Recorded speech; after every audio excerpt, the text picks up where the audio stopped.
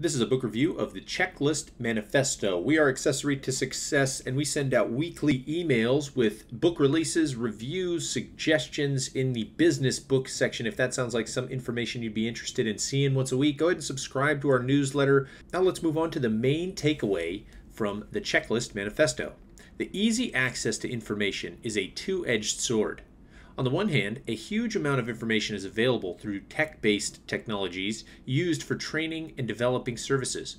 On the other hand, the complexity and sheer volume of knowledge available today exceeds the ability of most humans to consume. The result is people are merely coping rather than excelling as they increasingly specialize, leading to more mistakes and failures and more difficulty in finding solutions to demanding and complex problems. Specialization in the medical field, for example, is causing unintended consequences, says Dr. Gawande. Medical practitioners are boxing themselves in their areas of expertise, which leads to overlooking some basic solutions to medical problems and is even resulting in preventable patient deaths. Dr. Gawande presents the arguments that simplifying is the answer to better knowledge management, and checklists offer the easiest method for simplification to concisely drill down on what is important and to find solutions to complex problems. The principles and checklist strategy presented in this book offers practical advice for medical and non-medical persons who are seeking greater efficiency and some assurance that critical steps are not overlooked. Now some bullet points of what you will learn in this book. Extreme complexity and specialization are best managed through the use of checklists that are consistently used and regularly improved. People are subject to two main difficulties. When under stress or strain, they tend to overlook routine matters to meet immediate demands. It is common for people to skip steps, even when they remember them, rationalizing the skipping in their minds. Checklists overcome the two main difficulties by ensuring people are applying their knowledge and expertise in a consistent manner. Checklists may be impractical as far as detailing every step of a project or procedure because every event is unique, but in those cases, they can ensure manageable complexity by listing communication steps between people, departments, and functions. Checklists can empower people by giving them common goals for action. In most complex situations, it is important to dictate every step. So it is important to find balance between giving people room to act and meeting goals, providing reliable management of a complex situation. The World Health Organization successfully adopted the checklist strategy from a global program to reduce avoidable deaths and harm from surgery. Best practices in making a checklist include keeping it between 5 to 9 items, which is the limit of working memory, use precise wording, and more. Checklists are not just for ticking off boxes, but are rather for embracing a culture of discipline and teamwork equals think or communication. Now on to the main book summary. There are many ways to solve a problem in a world of extreme specialization and complexity. Though Dr. Gawande is writing for the modern medical industry, his premise of using checklists to better manage complex information and problem solving applies to all people who struggle to manage. In fact, Dr. Gawande points out that people are so often bogged down in complexities that they fail to try the most obvious and common sense solutions. Preventable patient deaths are occurring because medical machinery is not properly serviced.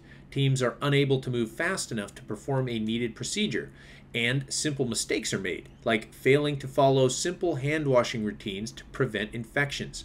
For more perspective on this, the book The Messy Middle talks all about how systems can be good and bad as well.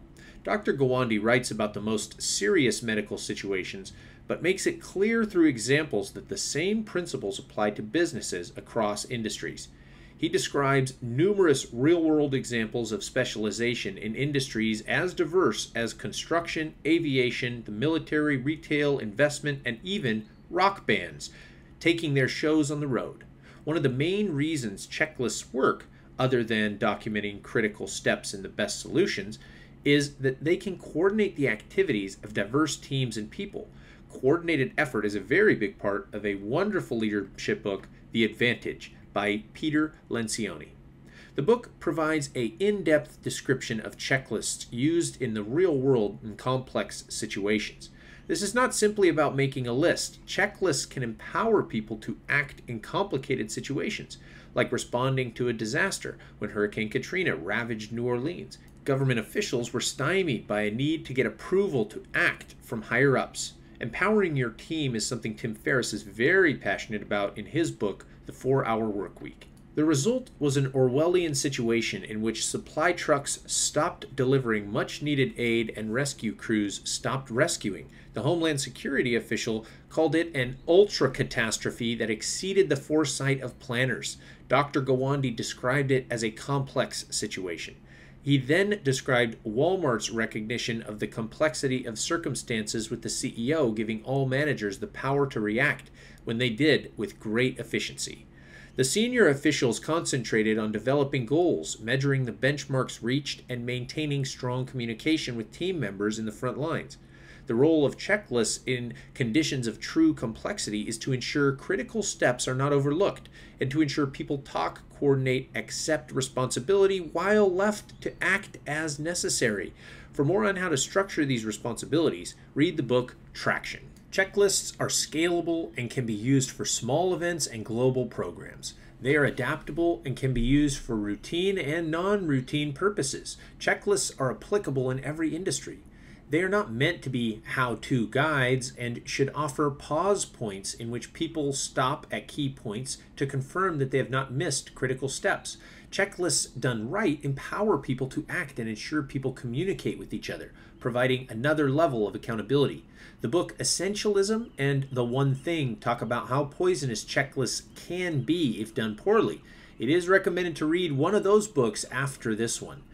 It is tempting to scoff at the idea of using checklists because we like to believe our jobs are so special and complicated that they cannot be reduced to a checklist. Yet we use checklists all the time without thinking about it in terms of list of items essential to consider. For example, nurses use checklists for taking vital signs, and annually, millions of people go through a tax software checklist to ensure every deduction is taken and the law is followed.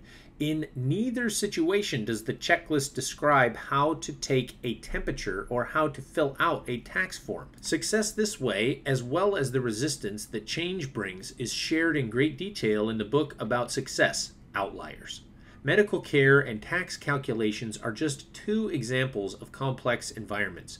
Checklists work because the human memory is faulty and people are subject to distractions. They also decide without thought that some steps are not important in certain situations, so they keep them.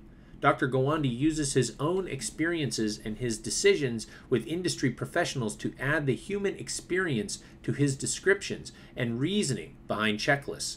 Jocko Willink would surely support the discipline and teamwork aspects Gawande shares as he discusses similar ideals in his book, Extreme Ownership. One of the main points the author wants readers to grasp is that even experts can gain from identifying patterns of mistakes and failures and put a checklist in place to avoid them in the future. Checklists add discipline to people's thought processes. And in an age of increasing information flows and complexity, discipline is sorely needed. About the author, Atul Gawande. Atul is a surgeon at Brigham and Women's Hospital and a professor at Harvard Medical School and the Harvard T.H. Chan School of Public Health. Born in Brooklyn in 1965 to two Indian parents, he was raised in Ohio and attended Stanford University. Dr. Gawande earned a Rhodes Scholarship to study at Oxford, where he earned a master's degree in philosophy, politics, and economics in 1989. He earned his medical degree from Harvard Medical School in 1995 and earned a Master's of Public Health from the Harvard School of Public Health in 1999. He founded and chairs the Ariadne Labs and Lifebox, both enabling him to pursue his passion for helping others. Ariadne Labs is a joint center for health systems innovation, and Lifebox is a non-profit organization working to make surgery safer globally.